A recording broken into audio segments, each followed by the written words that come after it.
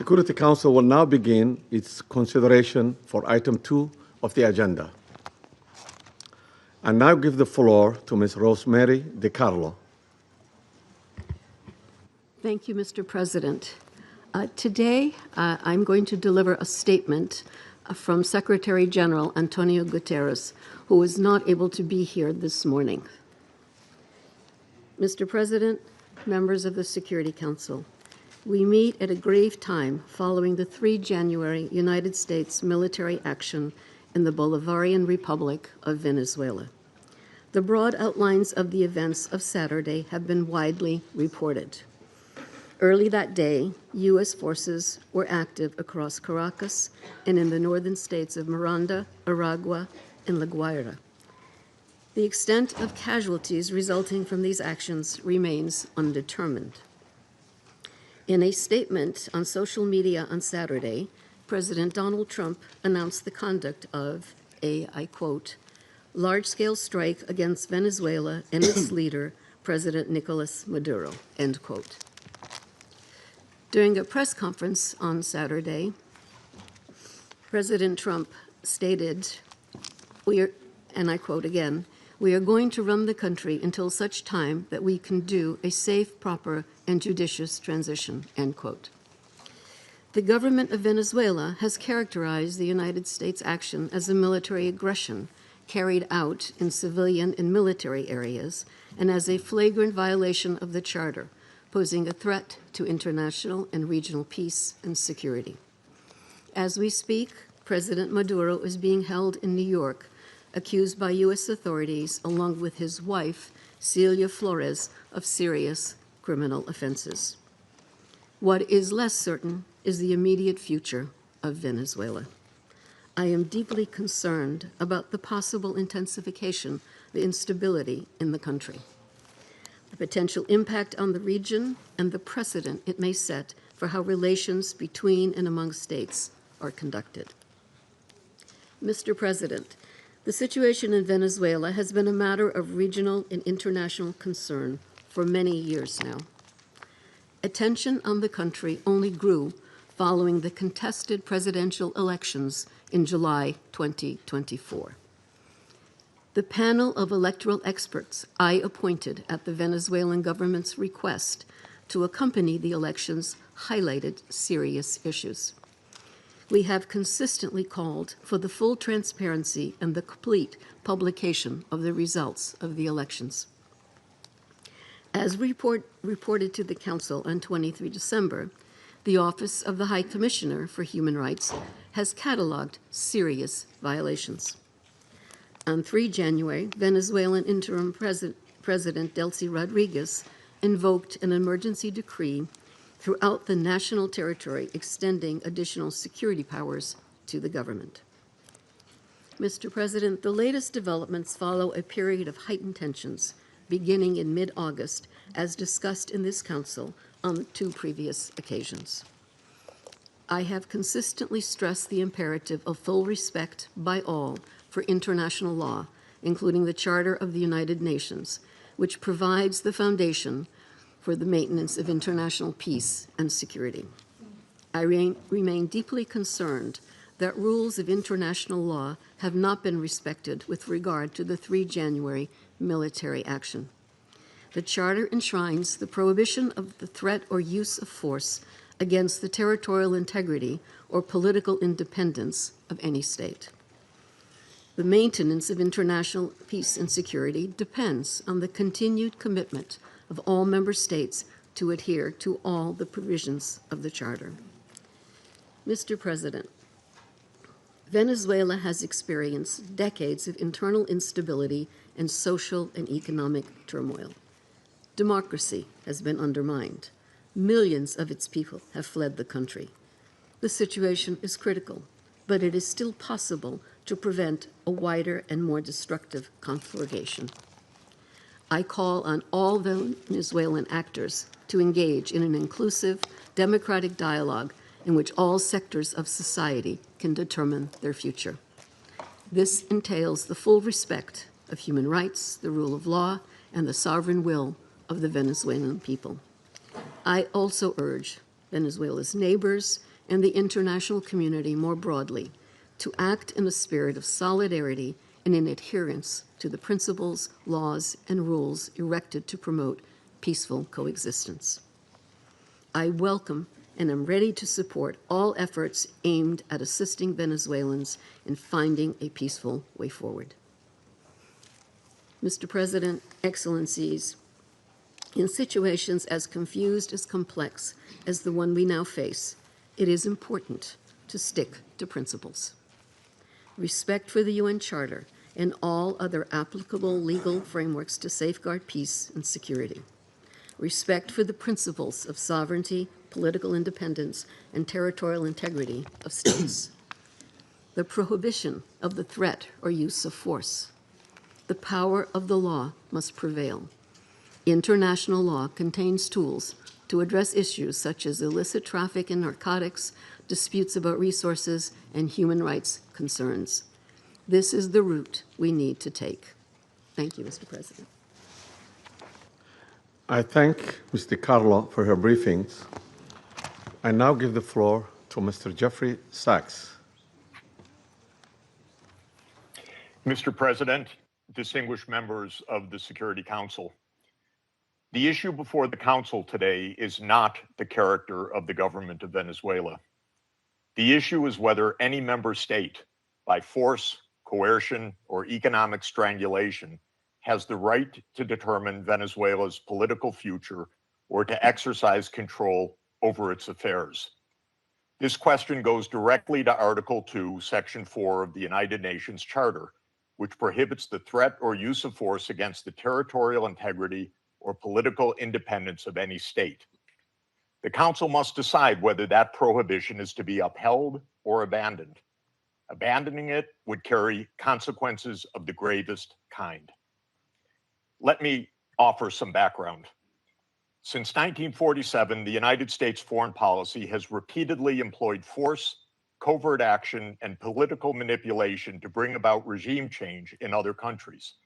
This is a matter of carefully documented historical record.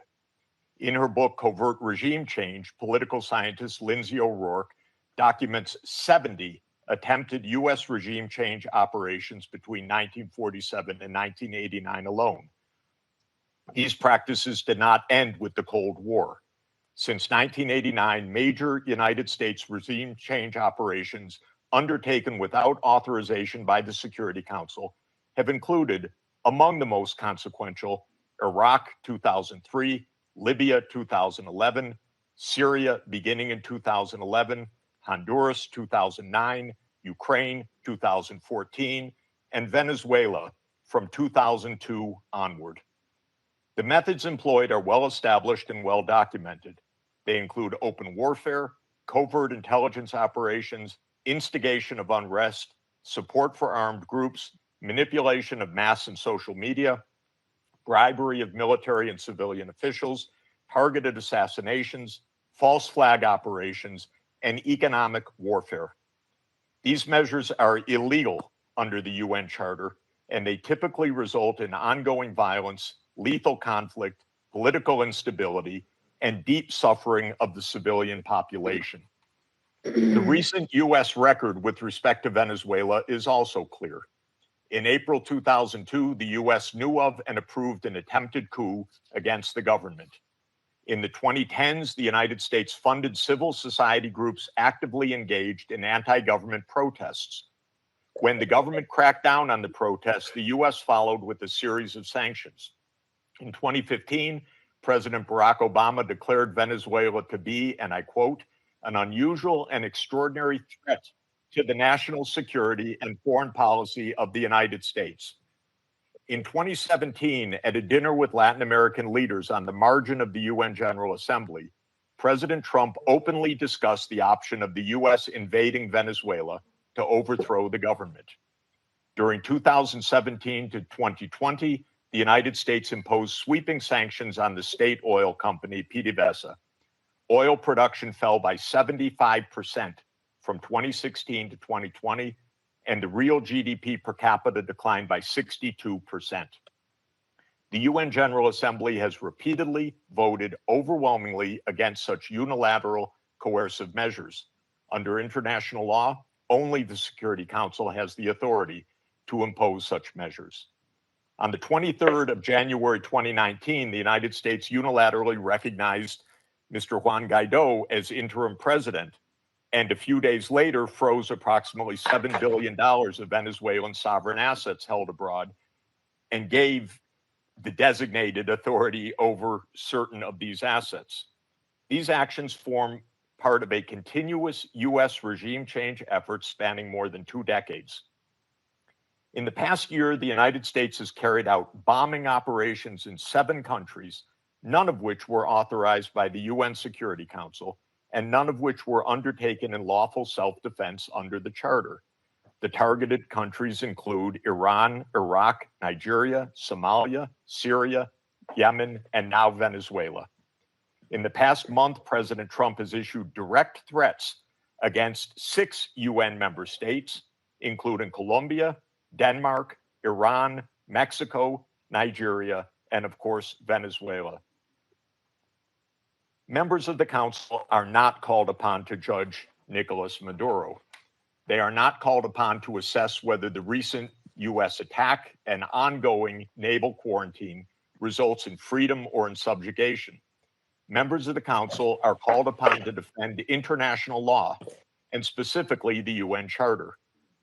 The realist school of international relations, articulated most brilliantly by John Mearsheimer, accurately describes the condition of international anarchy as the tragedy of great power politics.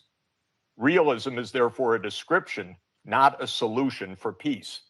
Its own conclusion is that anarchy leads to tragedy. In the aftermath of World War I, the League of Nations was created to end the tragedy through the application of international law. Yet the world's leading nations failed to defend international law in the 1930s, leading to renewed global war. The United Nations emerged from that catastrophe as humanity's second great effort to place international law above international anarchy. In the words of the Charter, the UN was created, quote, to save succeeding generations from the scourge of war, which twice in our lifetime has brought untold sorrow to mankind. Given that we are in the nuclear age, failure cannot be repeated. Humanity would perish. There would be no third chance. To fulfill its responsibilities under the Charter, the Security Council should immediately affirm the following actions. The United States shall immediately cease and desist from all explicit and implicit threats or use of force against Venezuela.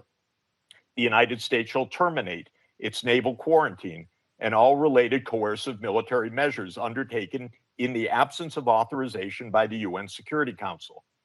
The United States shall immediately withdraw its military forces from within and along the perimeter of Venezuela, including intelligence, naval, air, and other forward deployed assets positioned for coercive purposes. Venezuela shall adhere to the UN Charter and to the human rights protected in the Universal Declaration of Human Rights. The Secretary General, I recommend, should immediately appoint a special envoy mandated to engage relevant Venezuelan and international stakeholders and to report back to the Security Council within 14 days with recommendations consistent with the Charter, and the Security Council should remain urgently seized of this matter. All member states should refrain from unilateral threats, coercive measures, or armed actions undertaken outside the authority of the UN Security Council. In closing, Mr. President and distinguished members of the Council, peace and the survival of humanity depend on whether the United Nations Charter remains a living instrument of international law or is allowed to wither into irrelevance. That is the choice before this Council today. Thank you very much. I thank Mr. Sachs for his briefings. I now give the floor to Ms. Mercedes de Freitas.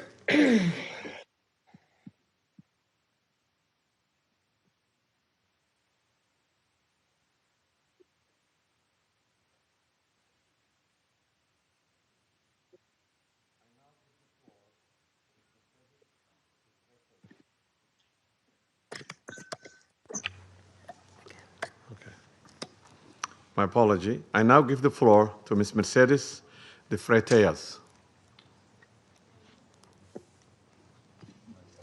Good morning. I speak in Spanish.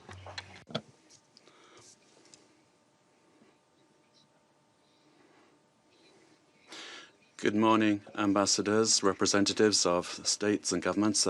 Thank you very much for giving me this opportunity to speak. Can you hear me? Can you hear me?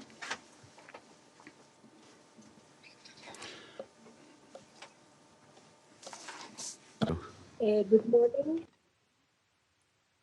I speak in Spanish. Buenos días, señor. Good morning, ambassadors, representatives of heads of state and government. Thank you to enable me to tell you something about Transparency Venezuela, the work that we have been doing.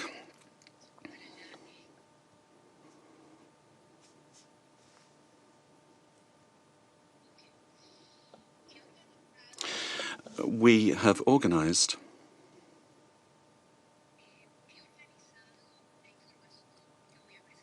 I've organized some information I'm going to put forward to you in 5 points.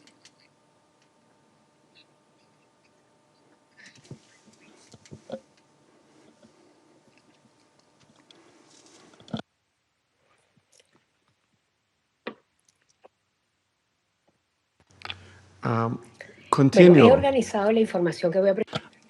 I've arranged the information I'm going to give to you in around 5 points. Let me make the most of my time. First of all, one, the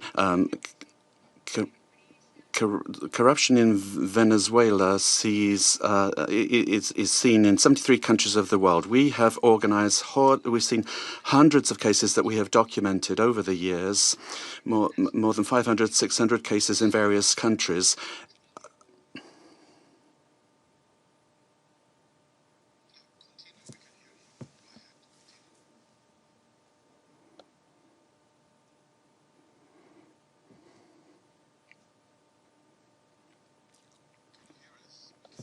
Can you hear us? Solo en los sistemas de justicia. We looked at the justice systems of 30 countries, and 172 cases were dealt with for corruption, and more than $72 trillion were involved. $1 million were involved.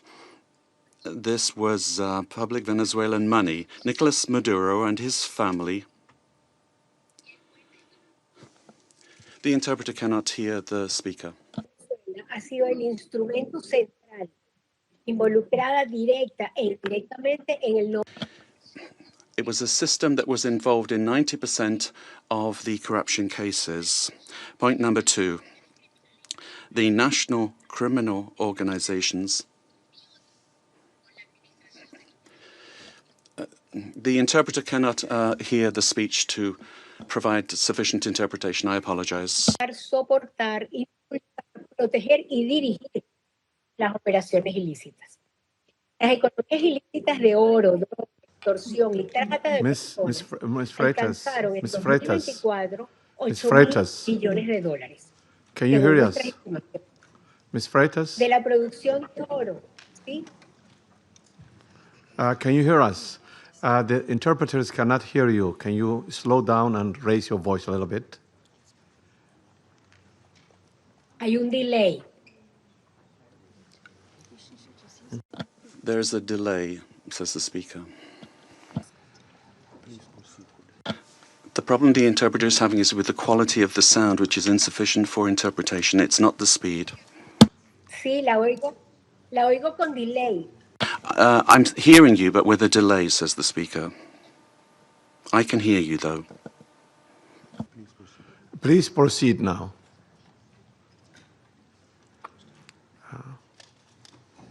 Okay, perfecto. Very well.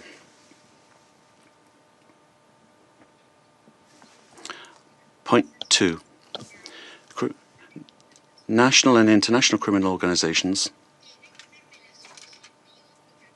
have a symbiotic relationship with the regime of Nicolas Maduro, sharing capacity, using the state structures to facilitate their work and to protect illicit operations in gold, for example, drugs, extortion, and human trafficking.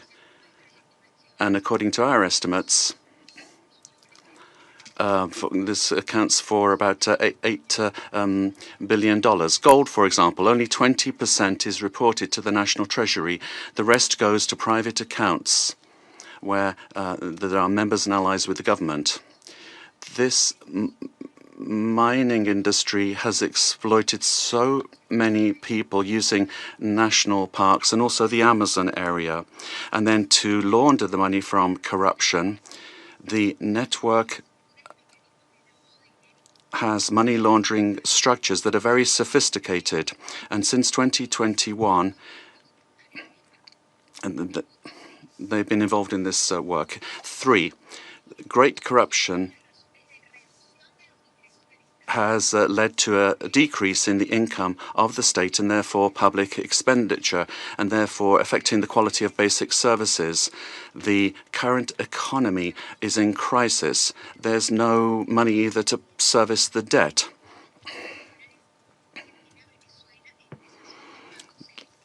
And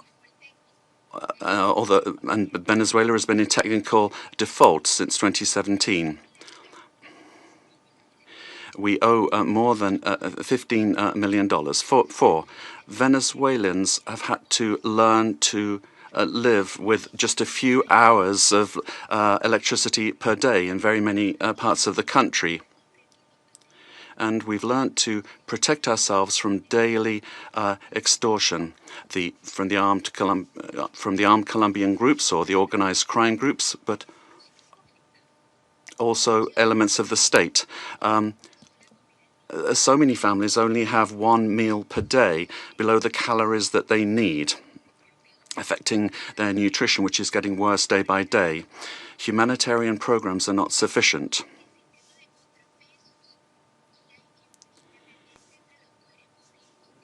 And then 5, there's no checks and balances between government departments. The government has captured all institutions, beginning with the justice institutions and also the oil company responsible for the majority of income for the country. In order to maintain control and the impunity of these illicit operations, a repressive system that's getting worse and worse is being applied.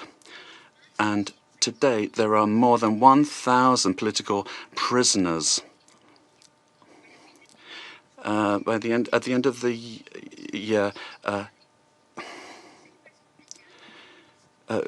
26 people died during torture or because a lack of medical care. United Nations has documented many of these cases. We need a transparent state that is accountable, that will guarantee the rule of law and human rights, that will protect public goods for everyone without privilege, a system that's autonomous and independent. We need investment in building capacity that will enable us to have a dignified life. We must respect the will of the Venezuelan people to live in peace and democracy. And finally, a request to you. Freedom for all political prisoners in the country. Thank you very much. I thank to Ms. Freitas for her briefing. I now give the floor to those council members who wish to make statements. I give the floor to the representative of Colombia.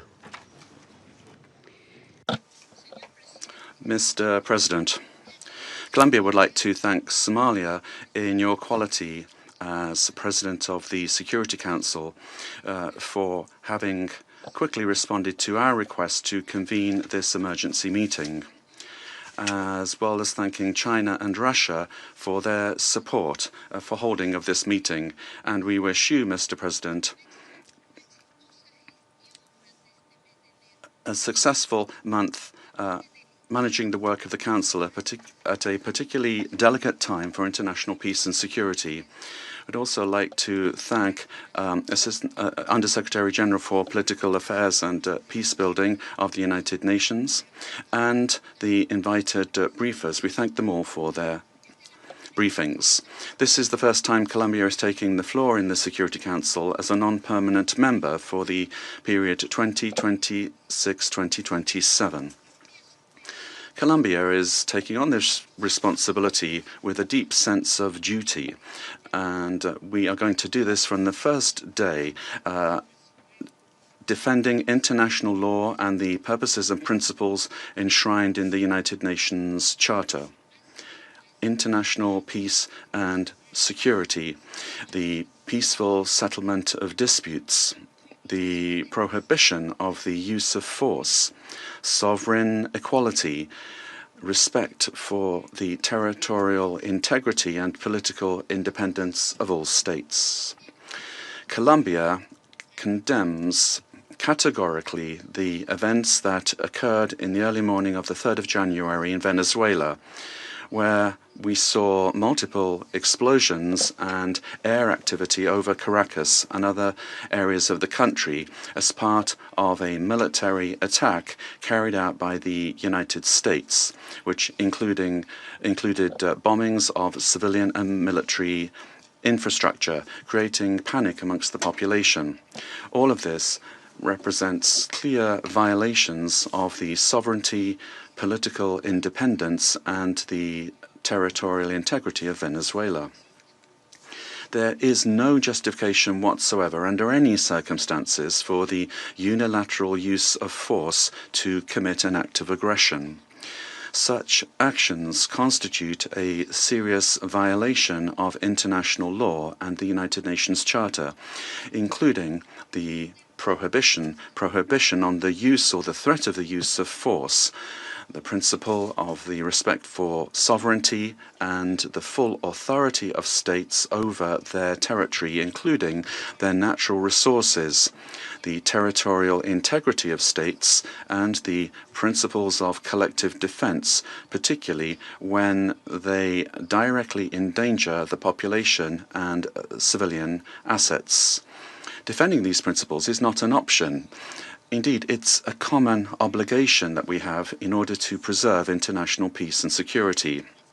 We need to remember that the provisions of the Charter allow for the use of force only under exceptional circumstances, in legitimate defense in the face of an armed attack, or when there is an express authorization by this Council in accordance with Chapter 7. And even in those cases, this does not amount to assuming political control of another state. In this regard, we reject any unilateral military action, any act that could worsen the situation or endanger the civilian population, and we would call for a de-escalation and non-resort to the use of force, which endangers people finding themselves in this delicate situation. They must be the absolute priority. We have learned from our experience that the civilian population is always the one that pays the highest price in armed conflict. Mr. President, Latin America and the Caribbean have proclaimed themselves to be a zone of peace, and this collective commitment and will of our region must be respected. Unilateral action that is contrary to international law endangers regional stability, increases insecurity, and worsens the already complex conditions being faced by the civilian population, with devastating effects that will transcend the sovereign borders of Venezuela to have a direct impact on countries of the region, such as Colombia. In order to act preventively, Colombia has engaged in measures to protect the civilian population and preserve the stability of the border, addressing the possible needs of the population, particularly the migrant population, in coordination with local authorities. Colombia has been and will continue to be show solidarity in receiving the Venezuelan people who, given the uncertainty created by these attacks, this may lead to a massive outflow of migration, which will require significant efforts in terms of resources and capacities to provide the necessary support and assistance to those areas affected by taking in the migrants. Mr. President, these actions that we have seen remind us of the worst interference in our area in the past, in our zone of peace.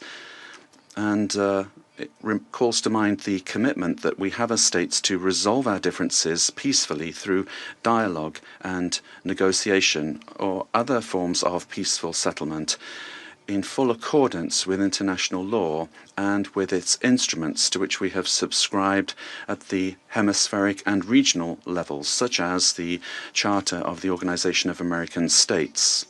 It's also important to understand the dimension of this situation for international peace and security beyond our region, particularly when a permanent member of the Security Council takes the decision to use force and assume control unilaterally of another sovereign state, with the aim, amongst other things, of taking its natural and strategic resources. This is very worrisome for the international community, the international order that was established after the Second World War, and flagrantly violates international law and is in clear contradiction with the United Nations Charter and the very goal for which this council was created. If a country, and particularly a country that is a permanent member of this council, disregards international law that we designed in San Francisco, what then is the role of this council, and where are the foundations for international peace and security? We are accepting that the law and the interests of the strongest prevail over multilateralism and over agreements that we have forged with dialogue and diplomacy in this very chamber. Democracy cannot be promoted or defended through violence or coercion, and it cannot be superseded either by economic interests. Democracy can only be built and sustained through respect for the will of peoples, the reaffirmation of the rule of law, through political dialogue and peaceful and inclusive processes. Venezuela deserves to live in peace, in democracy, prosperity, and dignity, with a government that is defined in sovereignty by no one else than the Venezuelan people and their institutions. This is why Colombia has reiterated its call to open up paths for democracy in Venezuela through specific popular decisions being taken. The importance of preserving peace, respect for international law, and the protection of life and human rights must prevail over anything else. Colombia reaffirms its conviction that working tirelessly under these principles in our new role as a non-permanent member of the Security Council is what we plan to do, and we make ourselves available, our good offices available for a diplomatic way out of the current crisis in this brotherly country. We will meet our responsibility, primary responsibility, to maintain international peace and security. And given the seriousness of the events, we will continue to pay attention to this issue.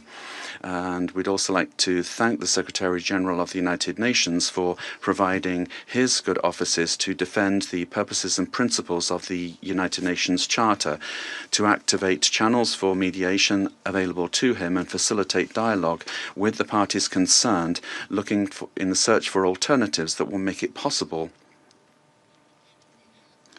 to find a way out of the situation led by Venezuelans themselves and provide assistance to Venezuelans that need this. In conclusion, we'd urge the parties to exercise maximum caution and restraint, to de-escalate tensions and to follow dialogue and diplomatic channels and develop mechanisms to avoid continued flagrant violations of international law.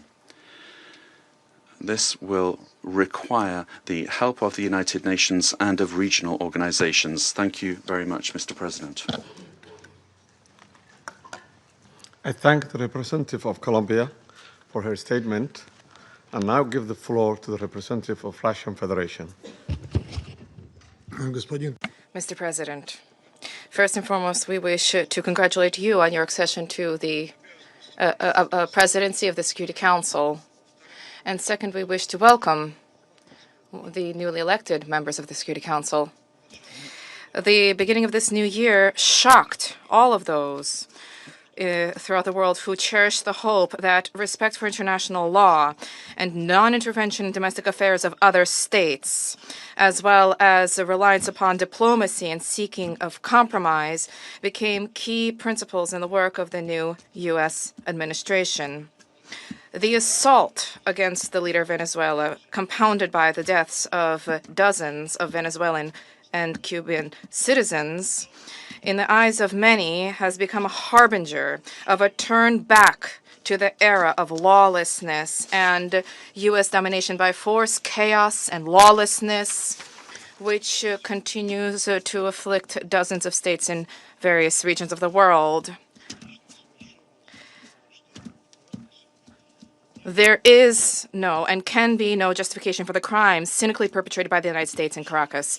We firmly condemn the U.S. act of armed aggression against Venezuela in breach of all international legal norms. In connection with the confirmed reports about the presence of the abducted president of Venezuela, Nicolas Maduro, and his spouse in the United States, today, as we are aware, they are in New York, we call upon, corrects the Speaker, the U.S. leadership to immediately release the legitimately elected president of an independent state and his spouse. Any problems existing or conflict between the United States and Venezuela need to be resolved through dialogue. And this is precisely what is enshrined in the UN Charter, the purposes and the principles of which a number of states in recent years have begun to apply selectively, depending upon the political landscape. Today, we are reaping the consequences of their recklessness and selectivity in matters related to respect for the norms of international law, which were linked to the so-called rules-based world order. Here is your rules-based world order in all of its glory, which is horrifying even the staunchest Atlanticists. Mr. President, we extend our firm solidarity with the people of Venezuela in the face of the external aggression. We firmly support and completely support the policy of the Bolivarian government, which is geared towards protection of their national interests and the sovereignty of the country. Washington's aggressive acts have already been condemned by many states and multilateral associations, including the Non-Aligned Movement, the African Union, as well as a group of friends in defense of the Charter of the United Nations. We hope that the international banditry will immediately be met with objective and comprehensive assessment at the international legal level with United Nations, universal mechanisms, and other multilateral formats being brought to bear. This process must not be impacted by the recognition or non-recognition by any given states or groups of states of the legitimacy of Nicolas Maduro. For this reason, unintelligible murmurings and attempts to avoid principled assessments by those who, in other circumstances, froth at the mouth and demand that others respect the UN Charter, today seem particularly hypocritical and unseemly. We hope you will recognize this, and we hope that you will abandon double standards and that you will not attempt to justify such an egregious act of aggression due to a fear of angering the American global gendarme, which is attempting to once again rear its head. We are particularly appalled by the unparalleled cynicism with which Washington did not even attempt to conceal the true aims of its criminal operation, namely the establishment of unbridled control over Venezuela's natural resources and the assertion of their hegemonical ambitions in Latin America. In this way, Washington is generating fresh momentum for neocolonialism and for imperialism, which were repeatedly, decisively condemned and repudiated by the peoples of this region and by the global South as a whole. Distinguished colleagues, under these circumstances, it is exceedingly important for the entire international community to unite and to definitively reject the methods and tools of U.S. military foreign policy, which have been demonstrated in the case of Venezuela. This is the only way it is possible to compel Washington to revisit and to abandon their dangerous misconceptions. As we stated during previous meetings on Venezuela, the bell now tolls across the region, ringing for every country of the Western Hemisphere. The bell is ringing for all UN member states and for the future of the organization itself. Failing to hear this call today is tantamount to projecting cowardice and a lack of principle, essentially blessing ongoing encroachments of international law and rejecting civilized international conduct as a whole. We cannot allow the United States to proclaim itself as some kind of a supreme judge, which alone bears the right to invade any country, to label culprits, to hand down and to enforce punishments, irrespective of notions of international law, sovereignty, and non-intervention. Is this the world we sought to attain as we marked the 80th anniversary of the adoption of the Charter of the United Nations, when we all signed on to the relevant Security Council presidential statement? Is this the aim of United Nations reform, which we all advocate? Or has the United Nations and Security Council thereof, do they no longer exist? And is there need now to seek from Washington a patent to rule, so to speak? And is the self-determination of every person's and their right to determine their future worthless? These are the questions that we all must address today. And if this response is sincere, if it is principled, then perhaps the U.S. leadership, too, which openly is asserting intention to run another country for the benefit of the United States, they will perhaps glance at their own constitution, their constitution of the United States, which begins with the words, "We the people of the United States," and will begin, in fact, to recognize the sovereignty of other states rather than deposing inconvenient regimes. Thank you. I thank the representative of Russian Federation and now give the floor to the representative of China.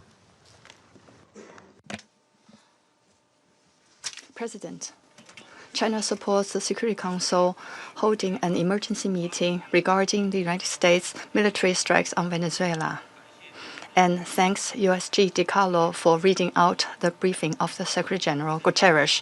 I have listened carefully to the statements of the briefers, and we welcome to this meeting the permanent representative of Venezuela and representatives of other countries.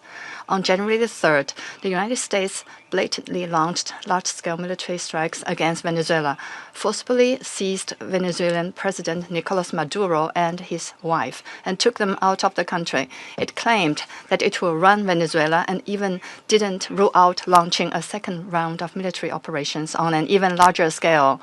China is deeply shocked by and strongly condemns the unilateral, illegal, and bullying acts of the U.S. For some time now, the international community has repeatedly expressed grave concern over the U.S. sanctions, blockade, and threats of force against Venezuela. The Council convened 2 emergency meetings, during which Secretary General Guterres, many Council members, and countries in the region and beyond unanimously called for abiding by the UN Charter and the international law, maintaining calm and restraint, resolving disputes peacefully, de-escalating tensions, and safeguarding regional stability. However, as a permanent member of the Council, The U.S. has disregarded the grave concerns of the international community, wantonly trampled upon Venezuela's sovereignty, security, and legitimate rights and interests, and seriously violated the principles of sovereign equality, non-interference in internal affairs, peaceful settlement of international disputes, and the prohibition of the use of force in international relations. These principles constitute the fundamental tenets of the UN Charter and form the cornerstone of maintaining international peace and security. The U.S. has placed its own power above multilateralism and military action above diplomatic efforts, posing a grave threat to peace and security in Latin America and the Caribbean, and indeed internationally. China firmly opposes this, and the international community has also expressed widespread grave concern and strong condemnation. We urge the U.S. to heed the overwhelming voice of the international community, abide by international law and the purposes and principles of the UN Charter, cease infringing upon the sovereignty and security of other countries, stop toppling the government of Venezuela, and return to the path of political solutions through dialogue and negotiations. We call on the U.S. to ensure the personal safety of President Maduro and his wife and to release them at once. We support the Council in fulfilling its primary responsibility to maintain international peace and security, and we support all efforts by the UN Secretary General, regional countries, and organizations that contribute to promoting dialogue and de-escalating the situation. President, the lessons of history are a stark warning. Military means are not the solution to problems, and the indiscriminate use of force will only lead to greater crisis. The U.S. bypassed the Council to launch military operations against Iraq, blatantly attacked Iran's nuclear facilities, and imposed economic sanctions, military strikes, and even armed occupations on multiple countries in Latin America and the Caribbean. These actions have caused persistent conflict, instability, and immense suffering for the ordinary people. Did these actions bring peace and stability? Did they bring development and prosperity? The international community sees this clearly. Venezuela is an independent sovereign state with every right to defend its sovereignty and national dignity. Countries in Latin America and the Caribbean are important forces in maintaining world peace and stability and promoting global development and prosperity, and they have every right to independently choose their development paths and partners. No country can act as the world's police, nor can any state presume to be the international judge. China firmly supports the government and people of Venezuela in safeguarding their sovereignty, security, and legitimate rights and interests. We firmly support the regional countries in upholding the status of Latin America and the Caribbean as a zone of peace.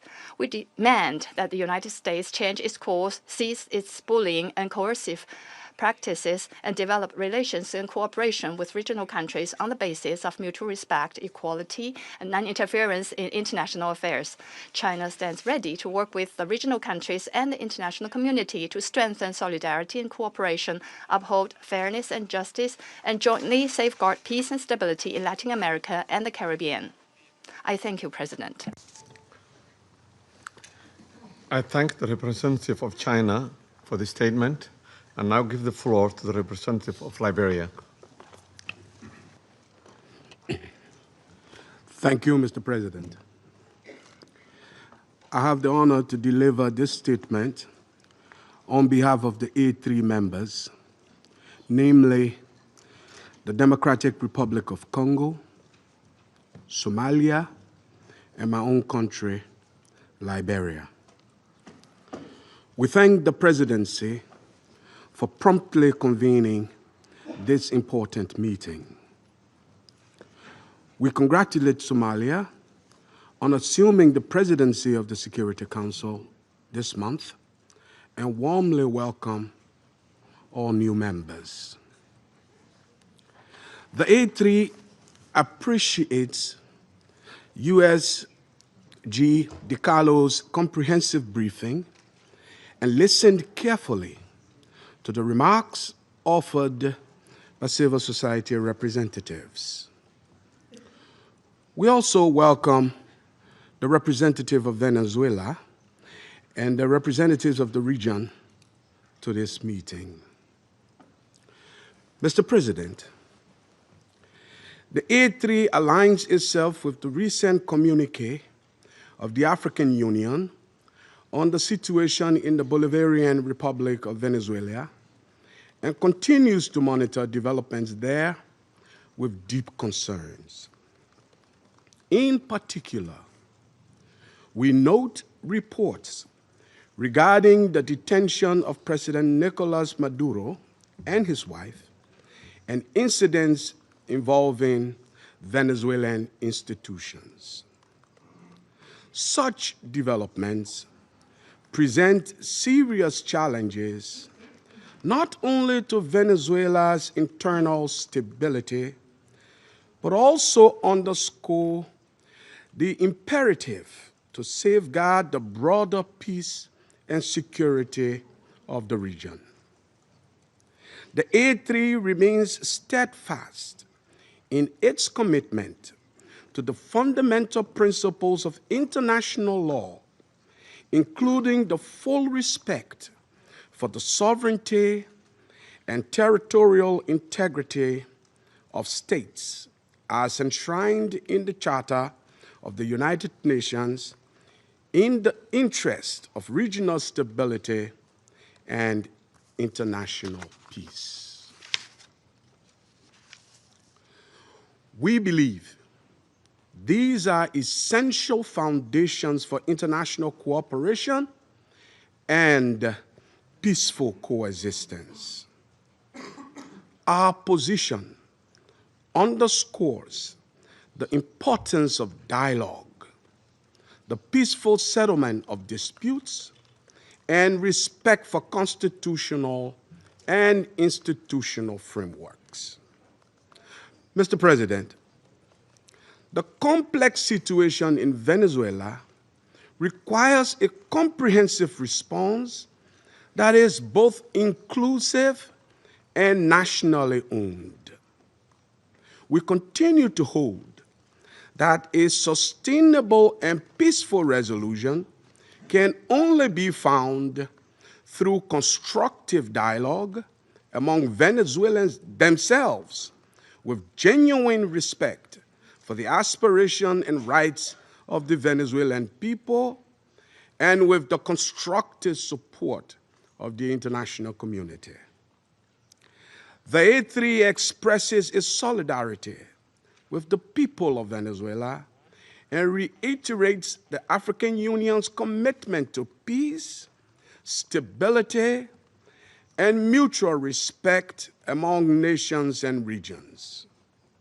It's important for all parties, both within Venezuela and in the broader international community, to exercise restraint and responsibility, upholding international law, and avoiding any action that could escalate tension or threaten regional stability.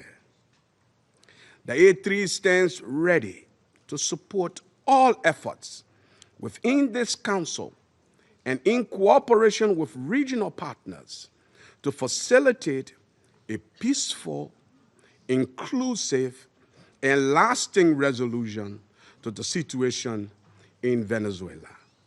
I thank you.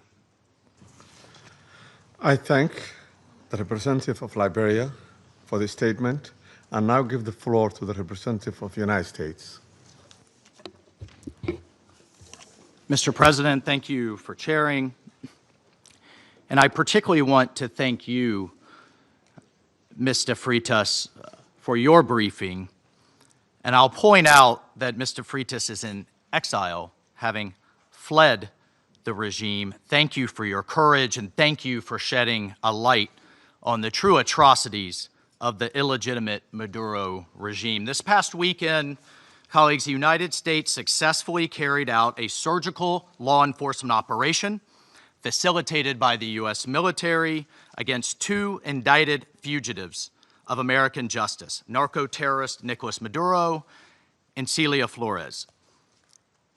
Colleagues, Nicolas Maduro is responsible for attacks on the people of the United States, for destabilizing the Western Hemisphere, and illegitimately repressing the people of Venezuela. As Secretary Rubio has said, there is no war against Venezuela or its people. We are not occupying a country. This was a law enforcement operation in furtherance of lawful indictments that have existed for decades. The United States arrested a narco-trafficker who is now going to stand trial in the United States in accordance with the rule of law for the crimes he's committed against our people for 15 years. A similar action was taken in 1989 against Manuel Noriega. He was arrested, indicted, convicted in a court of law, served in prison in the United States and in Panama, and the Panamanian people, the American people, are safer for it. And undeniably, the region was more stable. This law enforcement action was directed consistent with the President of the United States' responsibility as Commander-in-Chief to protect Americans at home and abroad against a fugitive who is directly responsible for narcoterrorism that has killed hundreds of thousands of Americans and created destabilizing violence throughout our hemisphere. Nicolas Maduro and his co-defendant, Celia Flores, have been transferred here to the United States to stand trial for their crimes. Maduro was indicted by a grand jury in the Southern District of New York and faces very serious criminal charges for his involvement in a wide-ranging conspiracy to conduct narcoterrorism, to traffic cocaine and other drugs, and conducting international weapons trafficking. The overwhelming evidence of his crimes will be presented openly in U.S. court proceedings. Colleagues, Maduro is not just an indicted drug trafficker. He was an illegitimate so-called president. He was not a head of state. For years, Maduro and his cronies have manipulated Venezuela's electoral system to maintain their illegitimate grip on power. In fact, just 2 years ago in 2024, a UN panel of experts report found that the election in that year was absolutely and completely a farce and fell well short of the most basic transparency and integrity measures essential to upholding credible elections. If the UN and the United Nations in this body confers legitimacy on an illegitimate narco-terrorist and the same treatment in this charter of a democratically elected president or head of state, what kind of organization is this? We should note that over 50 countries, many nations, including the European Union, including a number of Latin American countries in the region, and of course the United States, again, over 50 countries rejected the legitimacy of Maduro's re-election following the disputed 2024 elections and do not recognize him as Venezuela's legitimately elected president. Maduro unlawfully refused to peacefully cede power after the Venezuelan people voted him out of office in the 2024 election. So therefore, Maduro was a fugitive from justice. He is the head of a vicious foreign terrorist organization, Cartel de los Soles. This regime-sponsored enterprise coordinates with and relies on other vicious criminal organizations, namely Tren de Aragua, again, among others, to carry out its objective of using illegal narcotics as a weapon against the United States. And for its part, Tren de Aragua is a designated foreign terrorist organization with thousands of members, many of whom have unlawfully infiltrated the United States and are conducting irregular warfare and undertaking hostile actions against the American people and against the United States. It's terrorizing criminals commit brutal crimes, including murders, kidnappings, extortions, and human, drug, and weapons trafficking. This administration, President Trump, will not stand for it. In fact, in March of 2025, President Trump declared that Tren de Aragua quote, Tren de Aragua is undertaking hostile actions and conducting irregular warfare against the territory of the United States, both directly and at the direction, clandestine or otherwise, of the Maduro regime in Venezuela. Maduro and his cronies have partnered with some of the most violent and prolific drug traffickers and narco-terrorists in the world for decades, facilitating the flood of illegal drugs coming in the United States, estimated to be several hundred tons annually. He has become rich, incredibly wealthy, off the misery of untold numbers of Americans, Venezuelans, and others, aiding and abetting international terrorist organizations like Hezbollah, coordinating with corrupt Iranian officials, and other malign actors to influence not only the region, but to malignly influence the United States. In fact, in its own 2025 World Drug Report, the United Nations Office on Drugs and Crime identified Venezuela as a key trafficking route in the Western Hemisphere for illegal drugs, predominantly cocaine, entering the United States and increasingly Europe. As Secretary Rubio stated just yesterday, this is the Western Hemisphere. This is where we live. And we're not going to allow the Western Hemisphere to be used as a base of operation for our nation's adversaries and competitors and rivals of the United States. You can't turn Venezuela into the operating hub for Iran, for Hezbollah, for gangs, for Cuban intelligence agents, and other malign actors that control that country. You cannot continue to have the largest energy reserves in the world under the control of adversaries of the United States, under the control of illegitimate leaders, and not benefiting the people of Venezuela, and stolen by a handful of oligarchs inside of Venezuela. But it doesn't stop there. Numerous UN and international human rights organizations have issued reports documenting serious human rights abuses by the Maduro regime, including reports of extrajudicial killings, political prisoners, torture, and arbitrary and unlawful detentions. In fact, over 8 million Venezuelans have fled the country, destabilizing their neighbors in the region and creating the world's largest refugee crisis. Members of this council, colleagues, the United States wants a better future for Venezuela. We believe a better future for the people of Venezuela and for the people of the region and the world is stabilizing the region and making the neighborhood that we live in a much better and safer place. And this is why millions of Venezuelans that have fled this brutal regime are celebrating and cheering around the world as this body pontificates, including those celebrating are including in my home state of Florida, where hundreds of thousands of Venezuelans have fled this regime's brutality.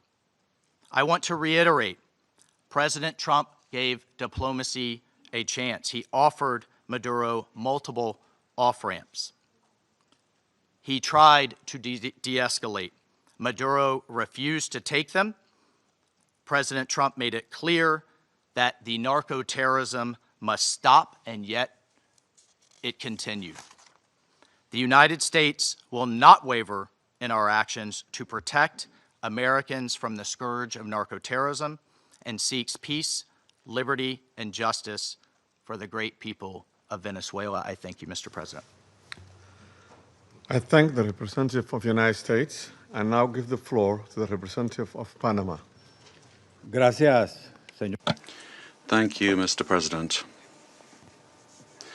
We'd like to extend a warm welcome to the representatives of Bahrain, Colombia, Liberia, Latvia, and the Democratic Republic of Congo, and who have joined the Security Council as elected members and who are joining us today in the chamber. And we congratulate Somalia on assuming the presidency of the Security Council this month. We'd like to thank Under Secretary General for Political Affairs, Rosemarie DiCarlo, for her detailed report representing Secretary General Antonio Guterres. She's briefed us on the situation under discussion today. We're also very grateful for the very valuable presentations by Mr. Jeffrey Sachs and Ms. Mercedes de Freitas. In this context, the Republic of Panama would like to refer to the situation that has taken place in the territory of the Bolivarian Republic of Venezuela, which is of concern due to its possible impact on peace and regional stability. However, in the light of the unfortunate reality of the facts that we have seen, we now need to turn our attention constructively towards the future of Venezuela. However, it's important to point out that in terms of a constant principle of our foreign policy, Panama would like to reiterate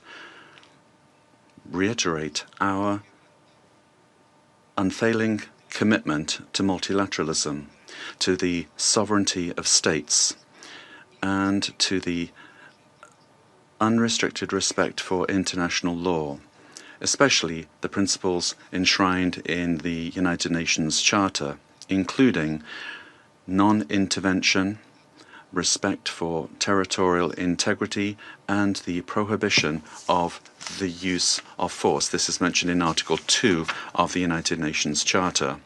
These principles are, and they continue to be, the indispensable framework for the peaceful coexistence between nations. Panama also believes it's necessary to highlight that the situation Venezuela is facing is unfolding in an environment marked by the disregard for the will of its people, as well as by a sustained erosion of democratic institutions. In this regard, Panama reiterates that it does not and will not recognize the authoritarian and illegitimate regime that has held Venezuelan men and women hostage, plunged them into one of the gravest political, social, humanitarian, and security crises in our region. Unfortunately, we have witnessed how the situation has gradually deteriorated under the regime, especially over the last year, with increased systemic erosion of democracy, the hollowing out of institutions, and the rise of authoritarian and repressive practices, which have contributed to an unfortunate outcome and therefore cannot be ignored by the international community.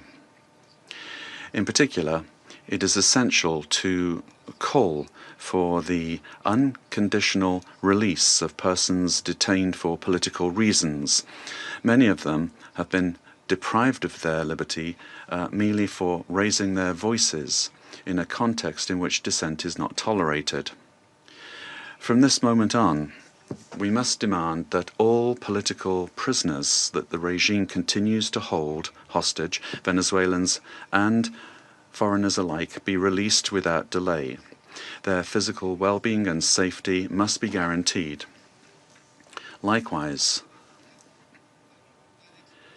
freedom of expression and the unequivocal respect for human rights must be immediately ensured.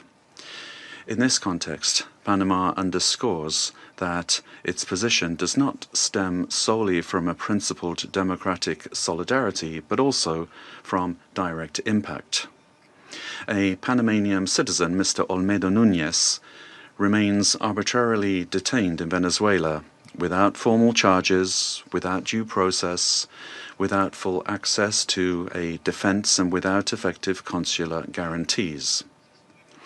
Added to this is the human impact of a multidimensional crisis that has forced around 9 million Venezuelans, men and women, to leave their homes, compelled to live in displacement and vulnerability as a consequence of the institutional and social collapse generated by the regime.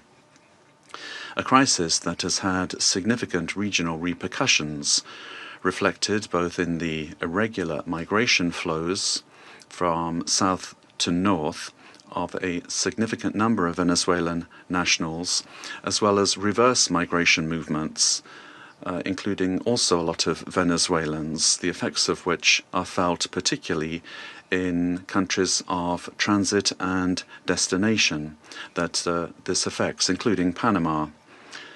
And this has decisively contributed to illegal migration. In the face of this reality, Panama issues a clear and firm call for Venezuela's short-term future to be fully democratic.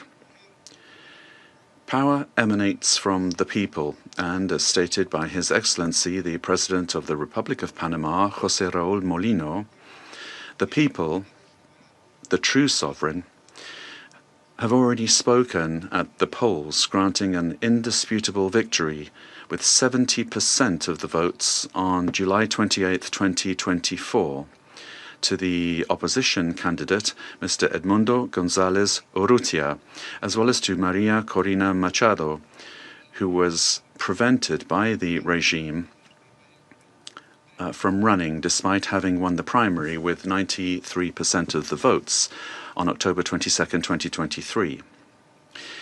Additionally, the popularity of both has increased in recent months, including among police and military sectors. The elected government has the teams and work programs ready to be implemented immediately, guaranteeing an orderly transition that provides the rule of law, respect for human rights, and confidence. In line with this commitment, Panama proudly safeguards the electoral records that reliably certify said victory as testimony to the inalienable right of the Venezuelan people to determine their own political destiny. Recognizing any authority other than that of the elected president would amount to legitimizing electoral fraud, normalizing authoritarianism and undermining the universal principle of free elections as the source of legitimacy. Likewise, any attempt to establish a permanent government headed by figures from the repressive apparatus, such as Delcy Rodriguez, would constitute continuity of the system and not a genuine transition.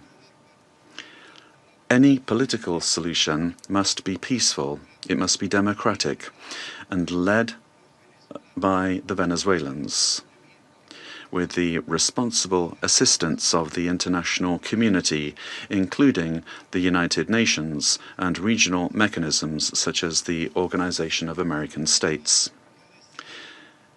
Panama does not wish and would like to avoid a scenario in which Venezuela's reality simply evolves into a change from one crisis to another, one crisis replacing another.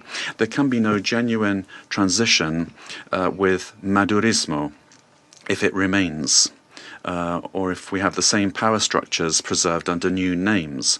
Any arrangement that keeps figures associated with the repressive apparatus at the center of governance would, in practice, constitute continuity of the system and not a real transition.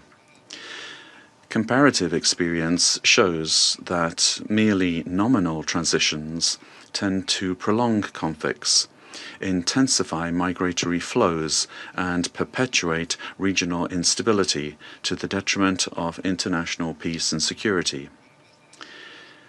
Panama will always stand in solidarity with an orderly and democratic transition process, anchored in the popular will already expressed at the polls on July 28, 2024, aimed at restoring democratic institutions through an interim period strictly limited in time, the sole purpose of which is to create the conditions necessary for the effective exercise of the Venezuelan people's right to self-determination. As a country that recovered its democracy and sovereignty, Panama can state clearly that there can be no peace without legitimacy, nor legitimacy without democracy, and that every democracy is ultimately based on respect for the popular will. Mr. President, Panama, due to our commitment to multilateralism and international law, in its capacity as member of the Security Council, will continue to contribute responsibly to collective efforts aimed at preserving peace, strengthening democracy, and supporting legitimate and sustainable solutions anchored in the sovereign will of peoples and respect for international law. Thank you very much. I thank the representative of Panama for the statement and now give the floor to the representative of Latvia. Thank you, Mr. President. At the outset, I would like to congratulate Somalia on assuming the presidency of the United Nations Security Council in January and wish you all success. Latvia takes its seat on the Council with a profound sense of honor and responsibility for this role. And let me thank Under-Secretary General Rosemarie DiCarlo for today's briefing on behalf of the Secretary General, and I thank the invited briefers. The Security Council bears primary responsibility for the global efforts to uphold peace, security, and rule of law worldwide. Latvia recalls that under all circumstances, the principles of international law and the UN Charter must be upheld. All efforts now focus on ensuring de-escalation and stability in Venezuela based on inclusive dialogue and broad societal support. Latvia encourages all relevant actors to prioritize diplomatic efforts and work collectively towards a peaceful, democratic, and sustainable future for Venezuela. Latvia stands in solidarity with the people of Venezuela and their right to freedom and democracy, rights that were not respected by the Maduro regime during 2024 presidential elections and before, and which remain unmet to this day. The regime of Nicolas Maduro was rooted in mass repression, corruption, organized crime, including drug trafficking, and posed a grave threat to security of the region and the world. It has repeatedly violated the UN Charter and undermined international law, including through open support for Russia's aggression against Ukraine.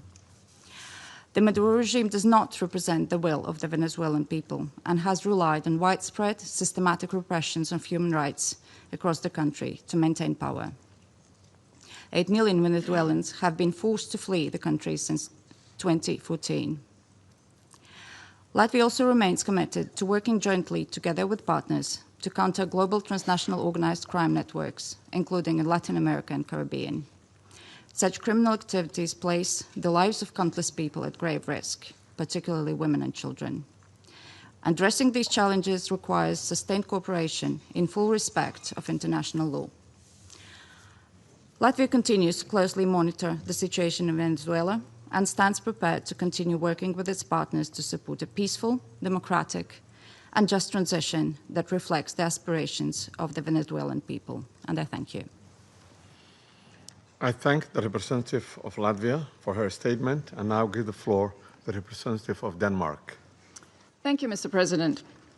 And let me also thank Under-Secretary General DiCarlo for her briefing on behalf of the Secretary General. We also listened carefully to the briefing by Ms. de Freitas and Mr. Sachs. Mr. President, Denmark joins the Secretary General in expressing deep concern over the evolving situation in Venezuela. Since this Council met to discuss the situation 2 weeks ago, we have seen a drastic escalation, culminating in a large-scale military operation on January 3rd. At our last meeting, Denmark urged all actors to strictly adhere to international law and to de-escalate tensions and exercise the necessary restraint. Today, we echo the Secretary General in his concern regarding the worrying implications of this military action.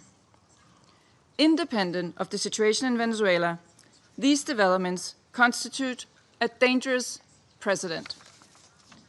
International law and the UN Charter, as a pillar of the international security architecture, must be respected by all states. Denmark recalls the foundational principle of international law that forbids states from threatening or using force against another state's territorial integrity and political independence. This imperative is enshrined in Article 2, Paragraph 4 of the UN Charter. Members of the UN Security Council have a special responsibility to uphold these principles. The principles of sovereignty, political independence, and territorial integrity must be respected. The inviolability of borders is not up for negotiation. These are universal, sacrosanct principles enshrined in international law. They apply everywhere. Mr. President, once again, Denmark calls on all parties to urgently de-escalate tensions that could threaten peace and stability in the region and beyond. International disputes should be settled by peaceful means, as stated in the UN Charter. We further call on all parties to exercise maximum restraint and to engage in dialogue and diplomacy. Denmark takes note of official statements from the United States government stating that the military operations are to combat drug trafficking and stem the illicit flow of illegal narcotics. Denmark shares the priority of combating organized crime and drug trafficking, while reiterating that counter-narcotic efforts, as all other efforts, must be conducted in strict accordance with international law, including the fundamental rules and principles of the UN Charter. Mr. President, against this backdrop, Denmark wishes to recall our solidarity with the people of Venezuela. Denmark does not recognize Nicolas Maduro as the legitimate president of Venezuela, following the lack of transparency and integrity in the 2024 presidential elections, which failed to meet basic democratic standards. In Maduro's attempts to cling to power, his authoritarian regime grew increasingly oppressive. His regime bears responsibility for widespread and systematic violations of human rights against his fellow citizens, and he should be held accountable. The victims of the Maduro regime's alleged crimes against humanity have to be heard.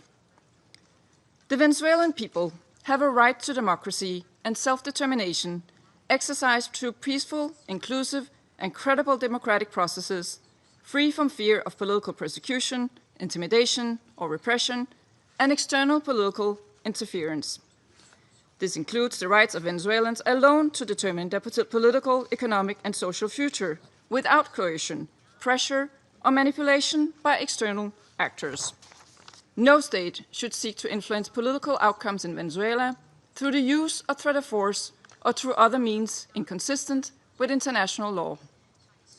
Venezuela's future can be decided only by the Venezuelans.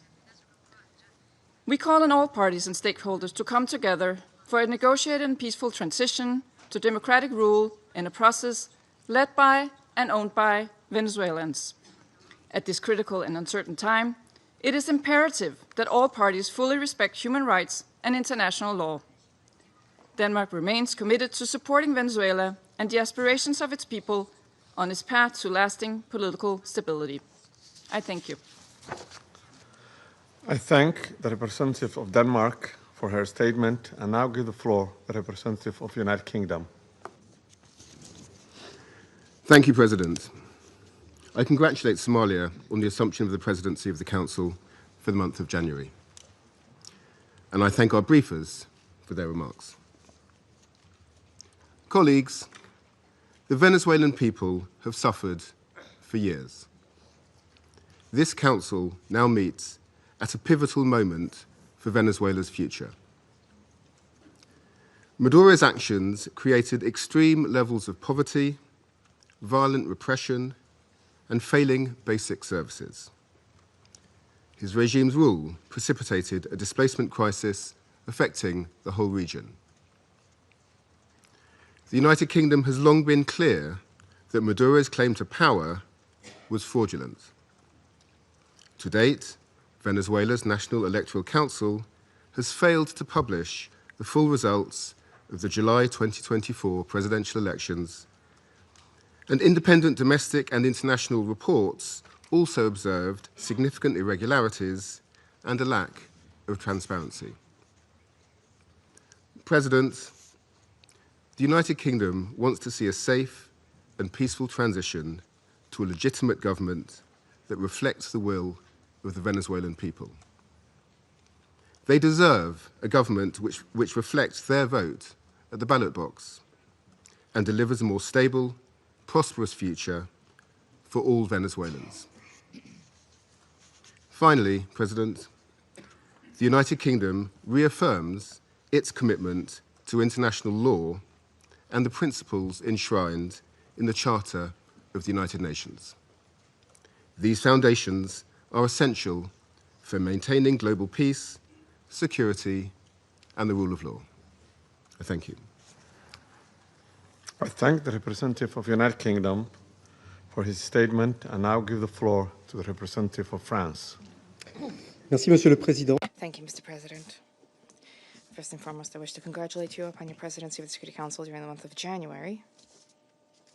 I also wish to thank Madam Rosemary DiCarlo for having conveyed to us the information from the Secretary General of the United Nations on the recent developments which have taken place in Venezuela.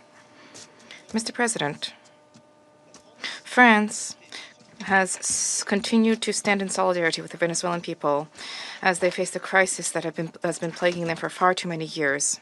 Specifically, and in particular, since the summer of 2024, on the 20th of July, 2024, the Venezuelan people exercised their right to vote peacefully in order to shape the future of their country. Their right to choose their leaders, nonetheless, has been stripped away from the people by Nicolas Maduro. Must you recall the facts?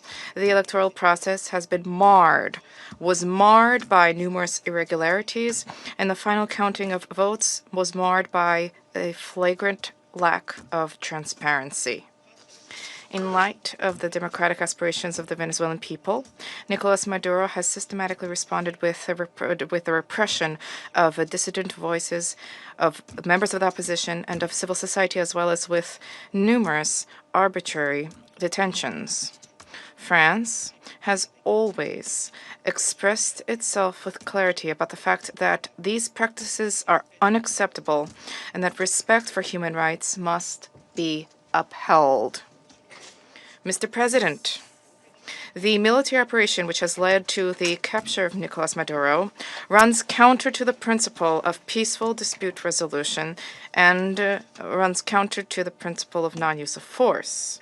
The proliferation of violations of the Charter of the United Nations and of violations of international law by states vested with responsibility as permanent members of the Security Council chips away at the very foundation of the international order.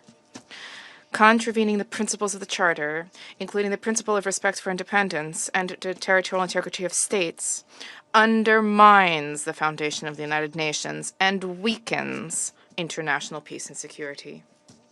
France remains faithful and committed to respect for the Charter of the United Nations and of the principle of peaceful dispute resolution. We have an obligation to uphold these principles at all times and in all places. Respect for these principles is indispensable. Mr. President, France wishes to reiterate our commitment to respect for the will of the Venezuelan people. The transition, which is currently being opened up for Venezuela, needs to be peaceful and democratic and carried out in a manner which respects the choice of the Venezuelan people, a sovereign people. This transition must be led by and for the Venezuelans.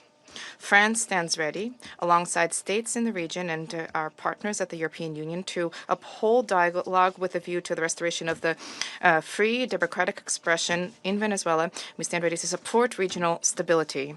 This also needs to be the role of the Security Council. Thank you.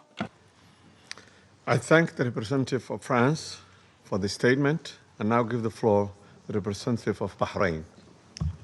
سيد الرئيس أود بداية Mr. President, I wish to take this opportunity to congratulate first and foremost the Federal Republic of Somalia on its presidency of the Security Council during this month of January. We wish you every success. We also wish to take this opportunity to thank delegations whose mandate at the Council ended, namely Algeria, Guyana, the Republic of Korea, Sierra Leone, as well as Slovenia. We wish to thank them for their significant contributions to the attainment of the goals and the mission of the Council. I also wish to thank Madam Rosemary DiCarlo, Undersecretary General for Political and Peace-Building Affairs, for her valuable briefing related to the latest developments which have taken place in the Bolivarian Republic of Venezuela, and I wish to thank other briefers as well.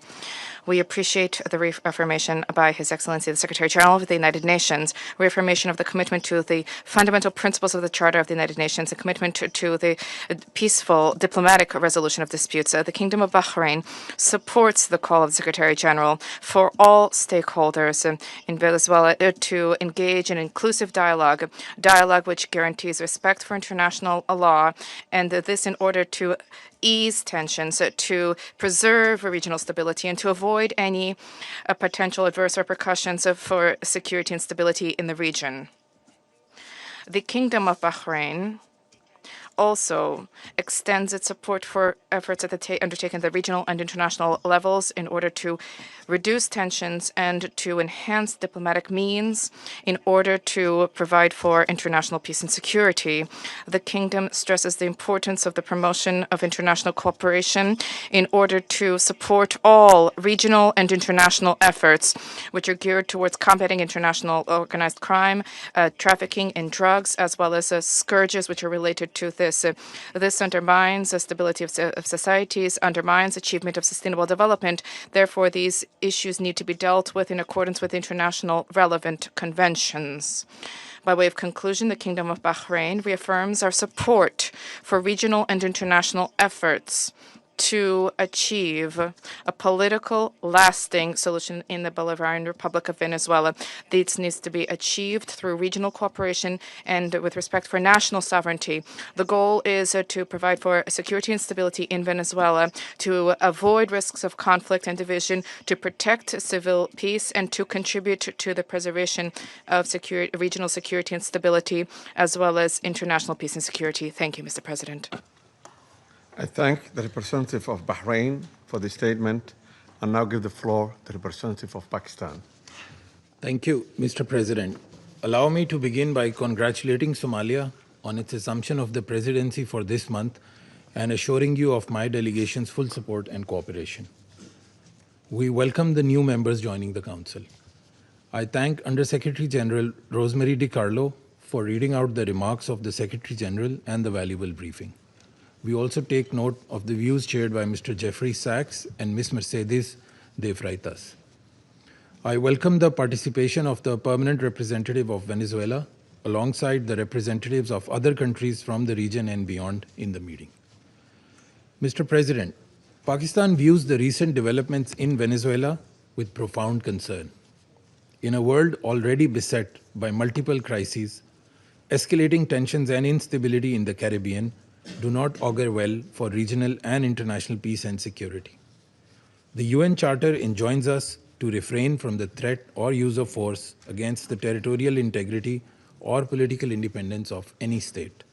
The UN Charter also binds member states to sovereign equality, non-interference in the internal affairs of others, and settlement of international disputes by peaceful means. Unilateral military action contravenes these sacrosanct principles and the doctrine of sovereign immunity. Such actions set dangerous precedents that risk eroding the foundations of the global legal framework. They also fuel instability, which, as history has shown time and again, can lead to unpredictable and uncontrollable outcomes for years to come. Mr. President, at this critical juncture, the path forward must be one of dialogue and diplomacy. Durable solutions to political differences can only be found through peaceful means, with full respect for the will of the Venezuelan people, free from any external interference. We hope that Latin American and the Caribbean region, as a zone of peace, will remain free from conflict and confrontation and continue its march towards enhanced regional cooperation and improved prosperity for the people. We urge all parties to exercise maximum restraint, de-escalate tensions, pursue peaceful coexistence, refrain from any actions that could exacerbate the volatile situation, and engage in dialogue, including by utilizing the sincere offers of mediation. The good offices of the Secretary General also always remain available for that purpose. Lastly, Mr. President, I affirm Pakistan's commitment to contributing constructively to the discharge of the Security Council's primary responsibility for addressing the threat to international peace and security by diffusing tensions, promoting pacific settlement, and upholding respect for international law and the UN Charter. Peace and stability of Venezuela and the welfare and prosperity of its people, with full ownership, must be the overriding objective of all efforts. I thank you. I thank the representative of Pakistan for the statement and now give the floor to the representative of Greece. Thank you, Mr. President. At the outset, I would like to congratulate Somalia for assuming the presidency of the Council for the month of January, and I would like to welcome the newly elected members joining the Council. I would also like to thank USG DiCarlo for her briefing on behalf of the Secretary General, as well as Mr. Sachs and Ms. De Freitas for their remarks. Mr. President, Greece is closely monitoring developments in Venezuela. We urge all actors to exercise maximum restraint and to refrain from actions that would deepen the crisis and undermine prospects for peace and stability. Greece reiterates that the Charter of the United Nations and international law, including human rights law, must always be respected. We also recall the obligation of all parties to protect civilians, especially in times of heightened tensions. Greece shares the priority of combating transnational organized crime and drug trafficking, which pose a significant security threat worldwide. We reiterate that these challenges should be addressed through sustained cooperation in full respect of international law. Mr. President, Greece firmly believes that dialogue and diplomacy are the only viable tools for a peaceful transition and a sustainable resolution of the crisis. We join the Secretary General in encouraging all actors in Venezuela to engage in inclusive and meaningful dialogue in full respect of human rights, democratic principles, and the rule of law. We have long been clear that Nicolas Maduro's and illegitimate president's claim to power lacks legitimacy. Greece has not recognized the results of the rigged elections of July 28, 2024, and has always supported initiatives aimed at achieving a democratic solution for Venezuela. We stand firmly with the people of Venezuela in their pursuit of a democratic future, and we express the hope that the recent events will lead to this effect. The voices of all Venezuelans need to be heard, and they deserve governance that reflects their will through peaceful and inclusive processes. In this spirit, we will continue to support efforts aimed at achieving a peaceful, negotiated transition that ensures the will of all Venezuelans is fully respected. Greece stands ready to support all regional and international efforts aimed at the peaceful resolution of the crisis in line with the Charter of the United Nations and international law. I thank you. I thank the representative of Greece for this statement and now give the floor to the representative of Bolivarian Republic of Venezuela. Muchas gracias. Thank you very much, Mr. President. Before coming to the substance of our statement today, I think we need to make an institutional clarification. We note with concern that an attempt is being made to present to the Security Council a supposed representative of civil society, a person whose public career trajectory bears the hallmarks of sustained funding from foreign governments and transnational corporations. This has been the case for years, as well as participation in processes of political destabilization and the promotion of institutional breakdown in her own country. The instrumental use of this person to legitimize narratives of confrontation, justify the use of force, or minimize violations of international law does not contribute in any way to the purposes of this Council or to the strengthening of multilateralism. On the contrary, it erodes the credibility of the debates and distorts the Security Council's mandate entrusted with the maintenance of international peace and security. Mr. President, on January 3rd, 2026 is a date of profound historical significance, not only for Venezuela, but for the international system as a whole. On that day, the Bolivarian Republic of Venezuela was the target of an illegitimate armed attack lacking any legal justification by the government of the United States of America, which included bombing of our territory, the loss of civilian and military lives, the destruction of civilian infrastructure, essential infrastructure, and the kidnapping of the constitutional president of the Republic, Nicolas Maduro Moras, and the First Lady Cilia Flores. Venezuela comes before this Council today with a deep conviction that international peace can only be sustained if international law is respected without exception, without double standards, and without selective interpretations. The events of January 3rd constitute a flagrant violation of the UN Charter perpetrated by the US government, in particular the violation of the principle of sovereign equality of states, of the absolute prohibition of the use or threat of use of force against the territorial integrity or political independence of any state, as enshrined in Article 2, Paragraph 4. And a violation of the duty to settle disputes by peaceful means.